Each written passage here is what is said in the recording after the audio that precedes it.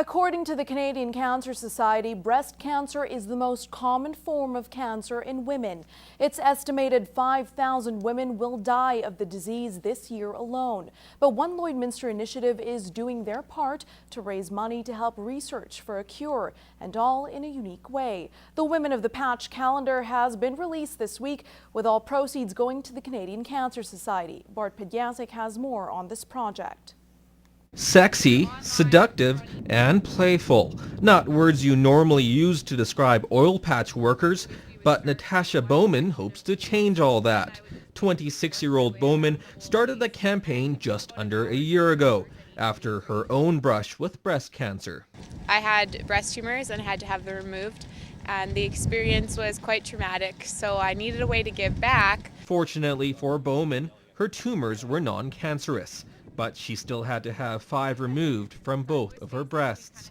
Working for an oil well servicing company, as well as a photographer in her spare time, she used her contacts to find willing models.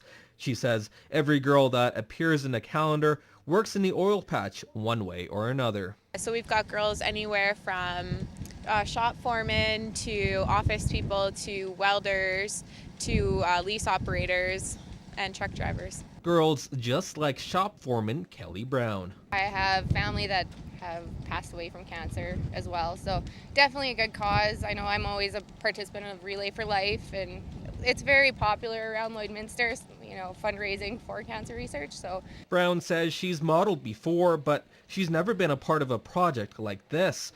As well as raising money for a good cause, she hopes the calendar puts women who work in the oil patch in a different light. I think women can be strong and beautiful and still work hard.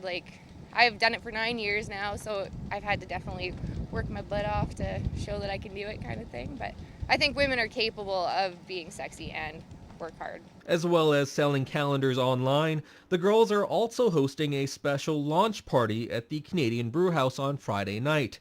People will have a chance to meet all of the models and take part in a special silent auction and raffle for charity. Right now we've got some really great prizes. We've got everything from Marilyn Monroe paintings to Oilers tickets, and there's been some speculation about some Grey Cup tickets. Bart Pedjasic, Newcap News. Now for more information on how you can get your hands on the calendar or tickets to the launch party, you can email Natasha at blackstonephotography@hotmail.com. Their Saskatchewan Deep Roots duo, a father and son team, are bringing their talents all across the country. A member of the Order of Canada sculptor, Joe Fafard, and his Juno-nominated musician son, Joel, were in the border city last night. It's their first time touring together, and they brought a unique evening of music and art. Annika Notfate has more.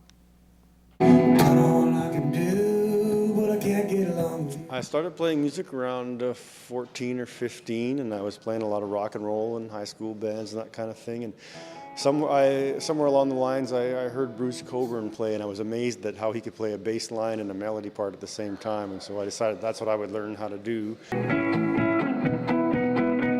Joel Fafard has been playing music all his life, but now he's pairing up with his father. We've tried to combine our efforts into one experience for the public, so that tonight people can come here and have a great time listening to music, and I hope a great time coming and seeing an exhibition.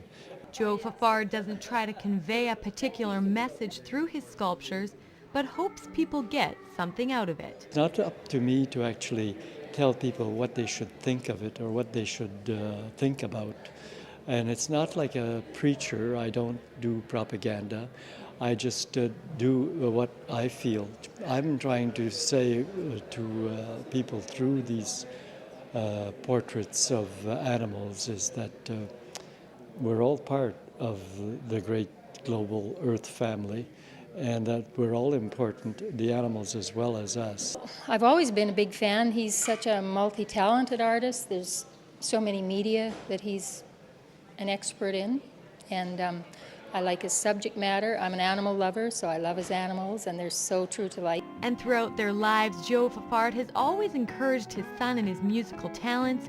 He's given him advice he'll never forget and passes it on to other artists. work hard at it and have fun. I mean, every day of playing music should be fun. And the advice my father gave to me was like, well, and he was specifically giving me advice for music school. He says, don't worry if you're the most talented guy when you get there.